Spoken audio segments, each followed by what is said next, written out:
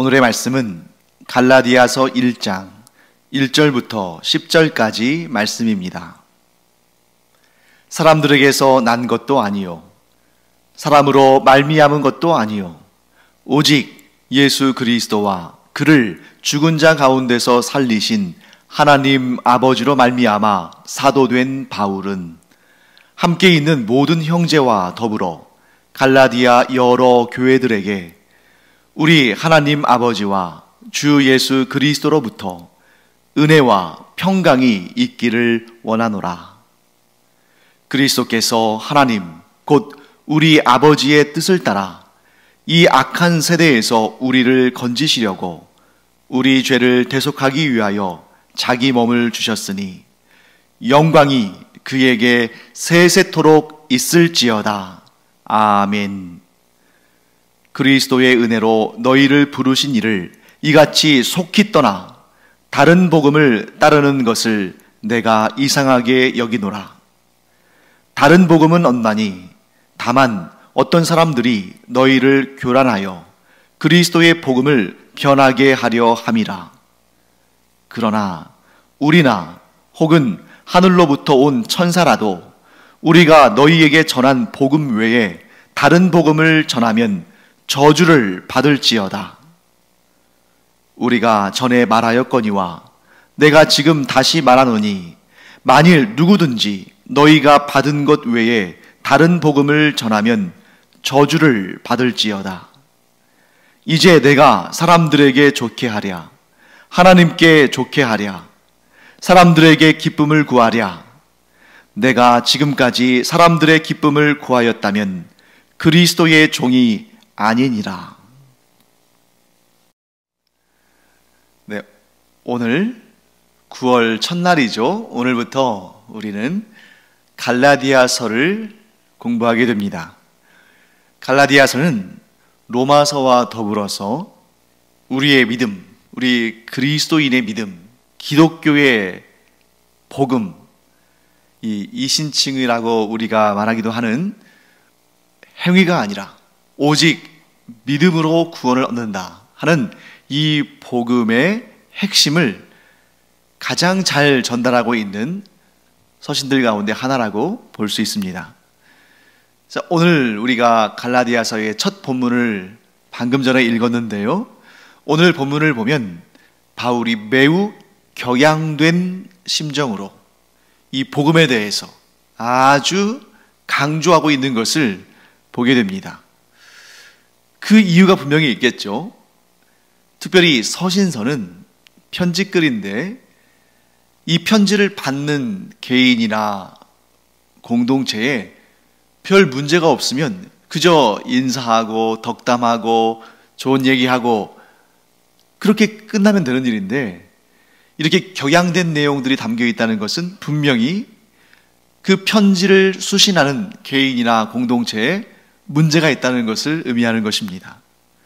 그렇다면 오늘 이 갈라디아 교회의 문제는 무엇일까? 그것을 우리가 파악하는 것이 이 갈라디아서 전체의 내용을 이해하는데 가장 중요한 부분이죠. 그 이유는 무엇일까? 왜 사도 바울이 갈라디아 교회의 성도들을 향해서 편지를 쓰게 됐을까?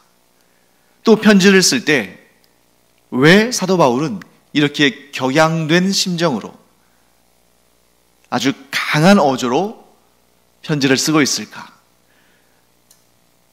그 이유가 6절과 7절에 등장합니다. 제가 읽어보겠습니다.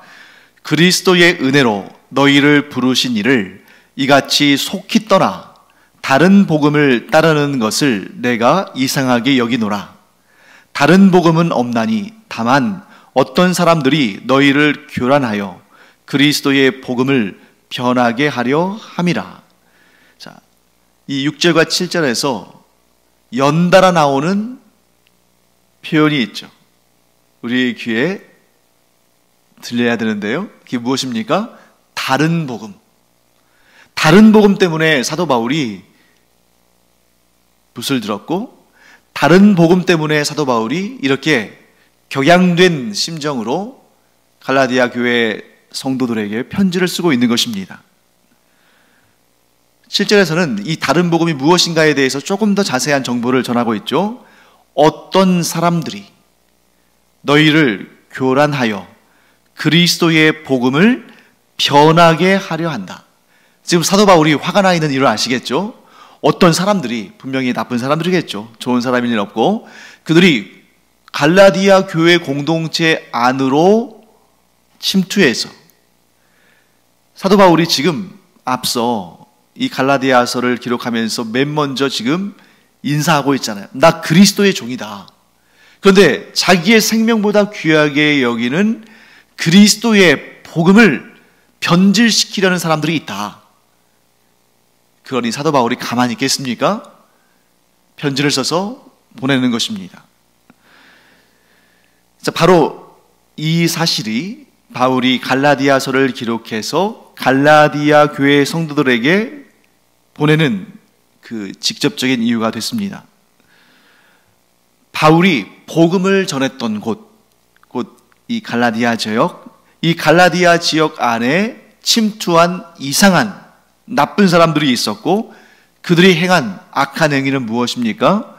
사도 바울이 갈라디아 지역에 전한 갈라디아 교회 공동체를 세우게 된 그 가장 핵심적인 일, 바로 그리스도의 복음, 이 그리스도의 복음을 훼손하는, 그 복음을 변질시키는 그런 일들이 있었다 하는 것을 사도 바울이 이야기하고 있는 것이죠. 자, 문제는 무엇입니까? 복음의 변질을 가져오는 그 악한 사람들을 용납했다는 거죠. 그들에게 여지를 주었다는 것이고, 그들이 전하는 잘못된 복음, 변질된 복음, 훼손된 복음을 마치 그리스도의 참 복음인 것처럼 받아들이는 아주 심각한 문제가 갈라디아 교회 내에 있었다 하는 것을 우리가 알게 됩니다. 참, 여기에서 저는 대단한 하나님의 역사를 보게 됩니다. 자, 이 당시에 바울이 이렇게 격양된 심정으로 편지를 쓸 정도면 바울이 얼마나 괴로웠을지, 바울이 얼마나 고통스러웠을지, 바울이 얼마나 애가 탔을지 우리가 다 짐작할 수 없을 정도일 겁니다. 거기에다가 이 갈라디아 교회 공동체 안에도 얼마나 혼란이 있었겠어요. 그들이 실수하기도 했고, 또 그저 간단한 실수 정도가 아니라 굉장히 교회의, 이 갈라디아 교회의 뿌리를 흔들 정도로, 어쩌면 교회가 무너질 수 있을 정도로 그런 엄청난 잘못을 저지르고 죄를 저지르고 문제를 일으킨 사람들이 있었습니다. 그런데 놀라운 사실은 하나님께서 이 갈라디아 교회의 그 성도들의 실수, 실패, 그들의 과오, 그로 말미암아 얻게 되는 그 고통, 그리고 사도 바울도 그들의 그 문제로 인해서 너무나 큰 고통을 경험하게 됐죠. 그런데 하나님께서는 그들의 그 실수와 죄와 그들의 고통까지도 들어 사용하셨다는 것입니다.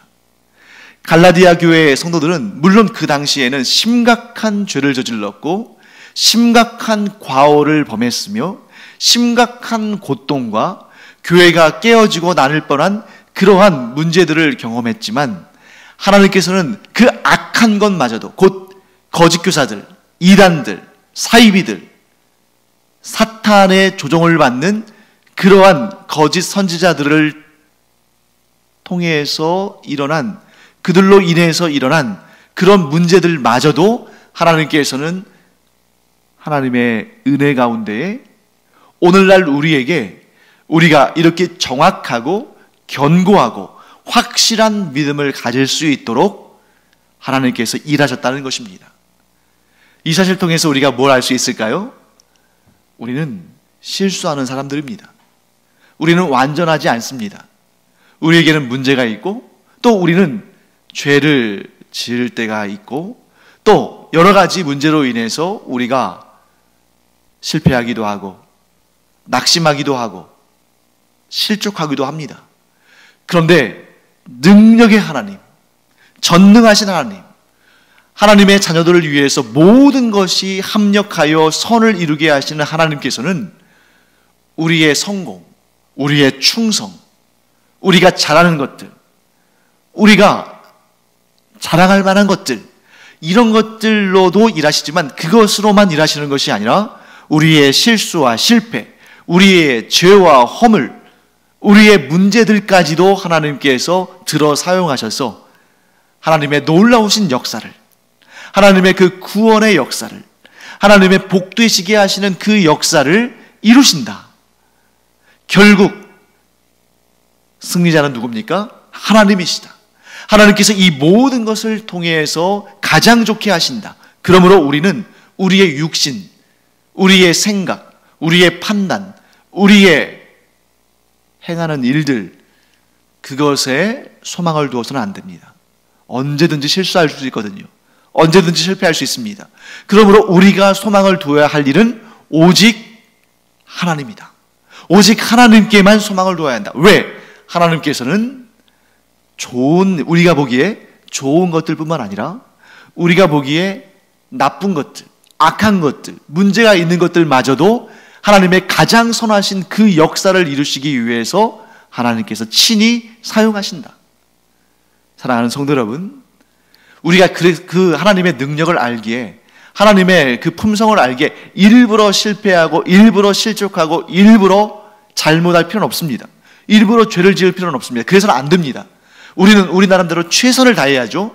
하지만 우리가 사람이기 때문에, 우리가 연약한 존재이기 때문에, 우리가 완전하지 않기 때문에 우리의 삶 가운데 문제가 발생하고 또 죄도 저지르고 허물도 있고 여러 가지 때로는 실족하고 실패하는 일들이 있지만, 그러나 우리가 하나님을 신뢰하기 까닭에, 하나님을 믿기 까닭에, 하나님을 나의 아버지로 고백하기 까닭에 끝까지 이 소망은 놓치면 안 됩니다. 비록 나는 연약하고 나는 실수가 많고 나는 죄를 많이 짓고 나에게는 허물이 많지만, 그럼에도 불구하고 우리가 하나님을 믿는 하나님의 자녀들이기 때문에 반드시 결코 어떠한 상황 속에서도 놓쳐서는 안 되는 진리가 있는데, 그것은 나는 연약하지만, 나에게는 문제가 있지만, 그러나 이것마저도 하나님께서 들어 사용하셔서 하나님의 그 위대한 역사를, 하나님의 그 구원 역사를, 가장 좋게 하시는 하나님의 그 은혜의 역사를 이루실 것이다. 이 믿음을 결코 놓치지 않는 우리 모두가 되기를 간절히 축원합니다. 자, 이제 우리가 이 갈라디아서를 공부하면서 좀 서론적인 내용을 좀 살펴보겠습니다. 오늘이 갈라디아서 본문의 첫 번째 부분이니까요. 자, 갈라디아서를 받는, 이 편지글을 받는, 이 사도 바울이 쓴 갈라디아서라는 이 편지를 받는 사람들은 누굴까? 이 갈라디아 교회 성도들이죠. 제목에 나와 있으니까 우리가 쉽게 알 수 있습니다. 그러면 갈라디아는 어디에 있는가? 자, 오늘날 우리가 가지고 있는 지도를 통해서 갈라디아의 위치를 파악한다면 훨씬 수월하겠죠? 그런데 오늘날 우리가 보는 세계 지도에 어디를 봐도 갈라디아라는 명칭은 나오지 않습니다. 그래서 어떻게 우리가 이제 오늘날 이 시대에 우리가 사용하는 지도에 어떻게 적용할 수 있냐면, 여러분 중동 지역에 보시면 이스라엘이 있죠. 이 이스라엘 위치는 우리가 반드시 알고 있어야 됩니다. 그리고 그 이스라엘의 북쪽으로 올라가면 레바논, 시리아 이런 나라들이 있습니다. 그리고 거기에서 더 올라가면 터키가 나오죠. 터키는 국토 면적이 상당히 넓기 때문에 우리가 지도에서 쉽게 발견할 수 있습니다. 즉 중동 지역의 북쪽에 있는 나라입니다. 끄트머리에 있는 거죠. 북쪽에. 그 터키 땅에, 터키의 남부 지역, 터키 땅의 남부 지역, 이 지역을 갈라디아라고 부르는데, 이 갈라디아 지역에 여러 교회들이 있었어요. 그 교회들을 향해서 사도 바울이 편지를 쓰고 있는 것입니다. 그렇다면 이 갈라디아서는 언제쯤, 이 갈라디아서가 기록된 연대는 언제쯤일까? 예, 갈라디아서의 기록 연대에 대해서, 아니 사실은 갈라디아라는 지역 자체에 대해서도, 또 갈라디아서가 기록된 연대에 대해서도 학자들마다 많은 이견들이 있습니다. 자기만의 그 견해들이 있죠.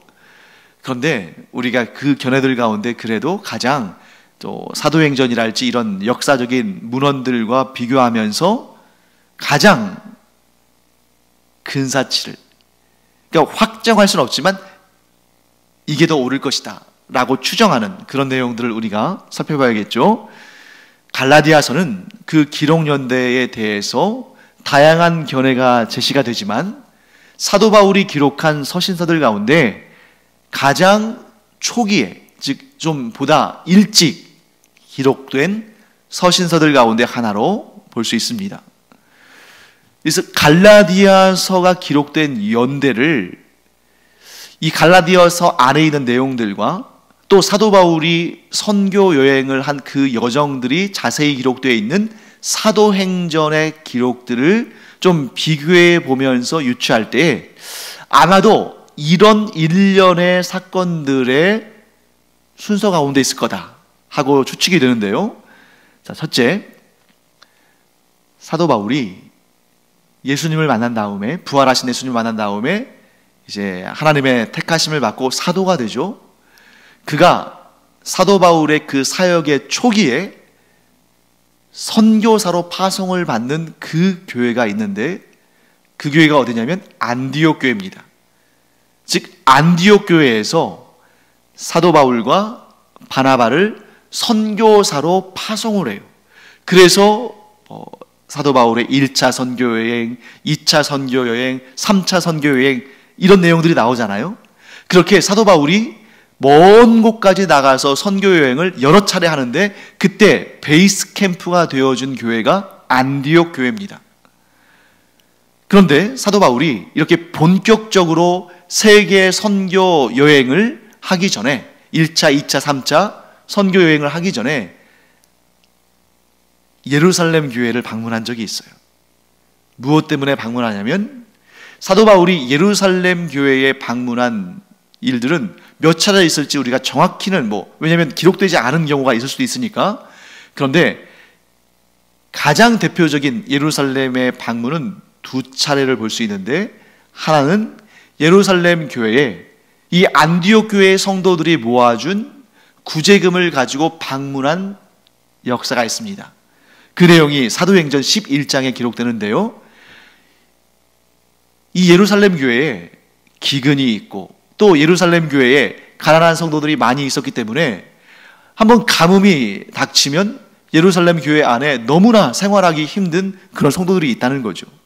그래서 안디옥 교회에서 구제금을 모아서 보냈는데 그때 사도 바울이 그 구제금을 가지고 예루살렘 교회에 방문합니다. 어려운 형편에 있는 성도들을 돕기 위함이죠. 그 내용이 사도행전 11장에 기록되어 있습니다. 그리고 사도행전 15장에 가면 또 사도 바울이 예루살렘에 방문하는 내용이 나오는데 그때의 사건이 뭐냐면 예루살렘 공의회, 즉 예루살렘에서 교회 대표자들이 회의를 연 겁니다. 그때에 이방인을 대상으로 선교하는 이방인 선교사, 이방인 사도인 사도 바울이 예루살렘에 방문해서 이 공의회의 결정사항을 들고 다시 이제 이방 지역으로 안디옥 교회로 돌아가는 것을 보게 되는 거죠. 그게 15장이에요. 그리고 그 사이에 사도 바울의 1차 선교 여행이 사도행전 13장과 14장에 기록되어 있습니다. 자, 이런 내용들을 우리가 유추해서 보면 이런 순서, 일련의 순서가 쭉 이어져요. 사도행전이 역사적인 흐름을 따라 기록됐기 때문에 이러한 시간의 흐름을 우리가 알 수 있는 겁니다. 안디옥 교회에서 구제금을 가지고 사도 바울이 예루살렘에 방문합니다. 그리고 나서 이제 다시 안디옥 교회로 돌아가죠. 그리고 그 안디옥 교회에서 사도 바울은 바나바와 함께 선교사로 파송을 받는데 그때 이 터키 지역을 순회하면서 전도하는 제1차 선교 여행을 합니다. 그리고 그 1차 선교 여행을 마무리하고 다시 베이스 캠프인 안디옥 교회로 돌아오겠죠. 그런데 그때 어떤 소식이 들리냐면 사도 바울이 가서 복음을 전하고 교회를 설립했던 이 갈라디아 지역에 할레파 그리스도인들, 말로는 그리스도인이라고 합니다. 예수 그리스도를 믿어야 구원받는다고 말합니다. 그런데 뭘 요구하냐면 하나님께서 아브라함에게 명령하셨던 그 할례의 명령을 지켜야 비로소 하나님의 택함받은 백성들, 하나님의 언약 백성들이 될 수 있다 라고 말하면서 그리스도의 복음 외에 할례를 거기에다가 더 덧붙여서 강조하는 그런 거짓 교사들이 사도 바울이 선교 여행을 했던 그 갈라디아 지역을 돌면서 거짓 복음, 다른 복음을 가르치고 그들을 혼란스럽게 한 겁니다. 그 소식을 전해 들은 사도 바울이 갈라디아 지역에 있는 교회들에게 편지를 쓰는 거죠. 그것이 갈라디아서가 되는 것입니다. 그리고 그 후에 이제 어디를 방문해요? 다시 예루살렘을 방문하는데 그게 사도행전 15장에 기록된 내용인데요. 왜 방문하냐면 예루살렘 공의회에 참여하기 위한 것입니다. 그러면 예루살렘 공의회는 왜 열렸을까?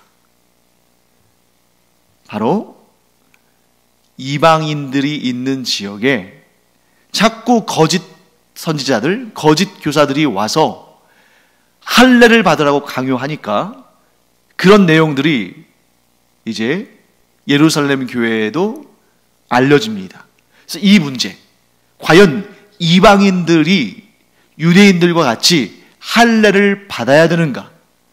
할례를 받아야만 구원을 받는 것인가? 할례를 받아야만 하나님의 언약 백성이 되는 것인가? 그때 예루살렘 교회에서 회의가 열리는 거죠.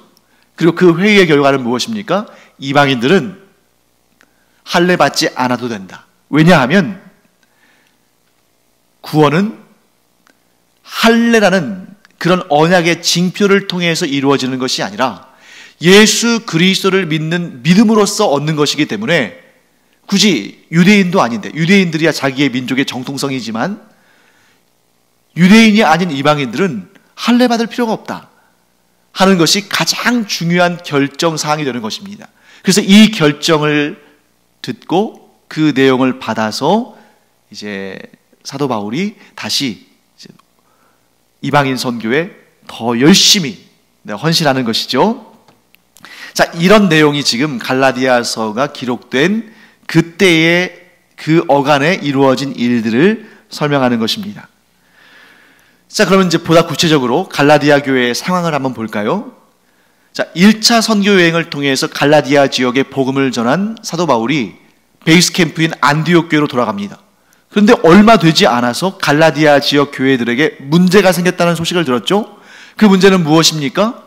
할레파 그리스도인들이 이방인들에게 할례를 강요한 것입니다. 너희가 할례를 받아야 진정 하나님의 언약 백성이 되고 너희들이 구원을 얻을 수 있다. 예수 그리스도를 믿는 믿음만으로는 안 된다. 완전하지 않다.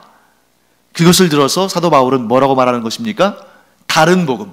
그것은 그리스도의 복음이 아니다. 왜냐하면 진정한 복음은, 내가 전한 복음은, 그리스도의 복음은 오직 예수 그리스도를 믿는 믿음으로 구원받는 것이지 다른 그 어떤 것이 필요하지 않다. 만일 구원받는 데 있어서 할례가 필요하다면 그리스도의 복음은 완전한 것이 아니다. 그리스도의 복음이 완전하다면, 그리스도의 복음이 구원을 얻는 데 있어서 완전하다면 왜 다른 것이 필요하겠느냐? 할례가 필요하다고 말하는 사람들은 그 말 속에 이런 의미를 담고 있는 것인데 예수 그리스도를 믿는 것만으로는 구원받을 수 없다라고 말하는 것이다. 여러분, 오늘날도 이와 똑같은 상황이 이 세상에 펼쳐지고 있습니다. 특히 우리나라에서 더 그렇죠. 예를 들면 JMS, 옛날 정명석이라는 그런 이상한 이단 교주가 있었죠. 사이비 교주가 있었죠. 지금도 물론 있습니다. 구원파, 또 신천지, 또 안사공 장길자를 따르는 소위 하나님의 교회, 그 귀한 이름을 갖다 썼죠. 이러한 이단 사이비들이 무엇을 주장하는 것입니까? 예수 그리스도 믿는 것 좋다. 예수 그리스도를 따르는 것 좋다. 그런데 그것만으로 안 되기 때문에 율법을 따르거나 교주를 따르거나, 그러니까 이단과 사이비가 있는데 보통 이단은 같은 뿌리에서 나와서 갈라지는 거잖아요. 달을 이자 끝단자니까. 그러니까 뭐 이런 여호와의 증인이랄지 또 뭐 제칠 안식일교랄지 이런 데처럼, 그래 예수 그리스도 귀한 분이야. 그런데 예수 그리스도를 믿는 것만, 그것으로만 되는 것이 아니라 율법을 지켜 행해야 돼. 그래서 안식일날 예배를 드려야 돼. 토요일날 예배를 드려야 돼. 그리고 뭐 유월절이랄지 이런 절기도 지켜야 돼. 이런 이단이 있고, 또 사이비는 무엇입니까? 그리고 예수 그리스도 메시아야. 그런데 그분은 2000년 전에 그 당시의 메시아고, 오늘날 이 시대에는 또 다른 메시아가 있어. 그분이 바로 우리가 따르는 이분이야. 이런 사이비가 있는 것입니다. 즉 예수 그리스도를 믿는 것만으로는 안 되고 율법을 지키든지, 즉 율법을 따르든지 이 교주를 따르든지 해야만 구원이 완성이 되는 것이다. 이게 바로 오늘 이 본문에서 사도 바울이 그토록 안타깝게 여기는 다른 복음을 따르는 자들의 모습, 그것이 2000년이 지난 오늘날까지도 여전히 이 땅에 계속되는 것을 보게 됩니다. 왜 계속되고 있을까요? 그것은 사탄의 역사이기 때문이죠. 사탄이 그리스도 재림의 날에 영원한 심판을 받기 전까지는 아직도 이 땅에서 사람들을 미혹하고 있는데, 그 미혹의 목표, 유일한 목적이 무엇입니까? 예수 그리스도를 믿는 자들을 현혹해서, 미혹해서 다른 것을 따르게 함으로 말미암아 구원에서 떨어져 나가도록, 하나님이 주신 그 구원의 은혜에서 떨어져 나가도록 하는 것이 이 사탄의 유일한, 그리고 또한 궁극적인 목적이 아니겠습니까? 이게 바로 다른 복음인 것입니다. 예수 그리스도를 떠나서 다른 것을 따라가게 하는 것. 그 거짓 교사들은 말은 아주 유창하게 했습니다. 그리고 그들이 무엇이 문제인지 모르게 했어요. 왜? 그리스도를 부인하지 않았거든요. 예수 그리스도를 부인하지는 않으나 그들의 그 흉악한 계략이 무엇입니까? 예수 그리스도를 부인하면은 이 사람들이 자신들의 그 악한 음모에 빠져들지 않으니까 어떻게 한 거예요? 예수 그리스도를 건드는 것이 아니라 다른 것도 겸해야 한다. 그것이 오늘날까지 이어지는 거죠. 율법도 지켜야 한다. 혹은 이 교주를 따라야 한다. 사랑하는 성도 여러분, 우리는 결코 이 사탄의 가락한 괴계에 빠지지 않기를 간절히 축원합니다. 다른 복음을 따라가지 않기를 간절히 축원합니다. 오직 하나, 예수 그리스도를 나의 구주로 믿고 영접하는 것 외에는 구원에 이르는 다른 길은 없다. 하나님께서 다른 길을 우리에게 주지 않으셨다. 그런데 여기서 한 가지 우리가 주의해야 할 사실만 말씀을 드리고 마치겠습니다. 사도 바울이 갈라디아서를 쭉 전개하면서, 또 로마서도 마찬가지입니다. 어떻게 보면 율법에 대해서 비판적으로 말하고, 율법은 중요하지 않은 것처럼 말하고, 율법은 오히려 걸림돌이 되는 것처럼, 구원에 이르는 데 있어서 복음의 걸림돌이 되는 것처럼 이렇게 말하는 것처럼 보일 수 있는데 잘못입니다. 그렇게 생각해서는 안 돼요.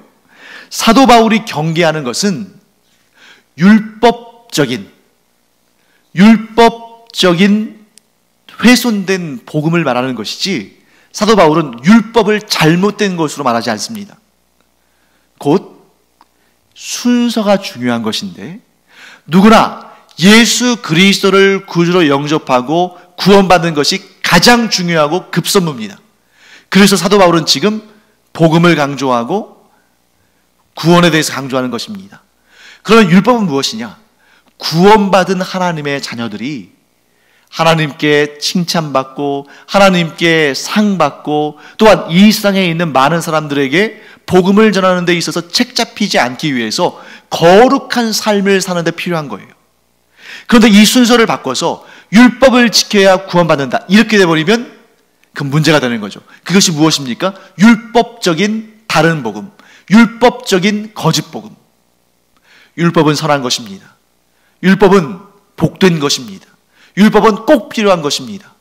그러나 예수 그리스도를 구주로 영접하고 구원받은 자가 거룩해져가는 성화의 과정에서 하나님께 상을 받기 위해서 이 세상에서 거룩한 삶의 본을 보이면서 책잡히지 않으므로 복음이 더 높여지기 위해서 이 율법을 지키는 것이지, 율법을 지킴으로 구원받는 것이 아니다. 이것을 강조하기 위해서 상대적으로 율법주의적인 그런 거짓 이단, 사이비, 거짓 교사들을 우리가 분명히 그들의 괴계를 깨달아 알도록 하기 위해서 율법에 대해서 이렇게 비판적으로 얘기하는 것이지, 결코 율법이 나쁜 것이 아닙니다. 율법적인 이단, 율법적인 거짓 복음, 율법적인 다른 복음, 이것을 공격하는 것이지 결코 율법을 공격하는 것이 아니다. 이것을 우리가 꼭 기억하기 바랍니다. 기도하겠습니다. 하나님, 감사합니다. 저희들이 예수 그리스도의 복음 외에 다른 복음을 따르지 않게 하심을 감사드립니다. 그러나 이 땅에 아직도 악한 사탄의 계략 가운데에 다른 복음을, 거짓 복음을 따르는 사람들이 많이 있는 것을 봅니다. 사도 바울이 갈라디아 교회의 성도들, 미혹된 자들을 바라보며 안타까워했던 것처럼 저희도 동일한 안타까운 심령을 가지고 그들을 위하여 기도하고 그들을 위하여 복음을 증거하는 저희들 되게 하여 주시옵소서. 감사드리며 예수님의 이름으로 축복하며 기도합니다. 아멘.